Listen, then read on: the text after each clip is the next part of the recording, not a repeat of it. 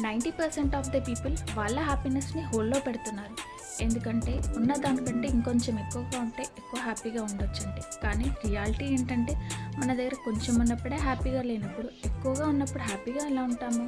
For example, మనకు ఒక చిన్న ఇల్లు ఉంది, కానీ మన ఫీలింగ్ ఏంటంటే పెద్ద ఇల్లు ఉంటేనే హ్యాపీగా ఉంటామని ఆ పెద్ద ఇల్లు కొనడానికి ఎర్న్ చేస్తుంటాం. కానీ మన లైఫ్ కావాల్సింది అది కాదు. సో ఆ డ్రీమ్ హౌస్ కోసం తప్పిస్తూ మనం అన్నీ మర్చిపోతాం. ఎందుకంటే ముందు నేను కూడా ఇలాగే ఆలోచించేదాన్ని.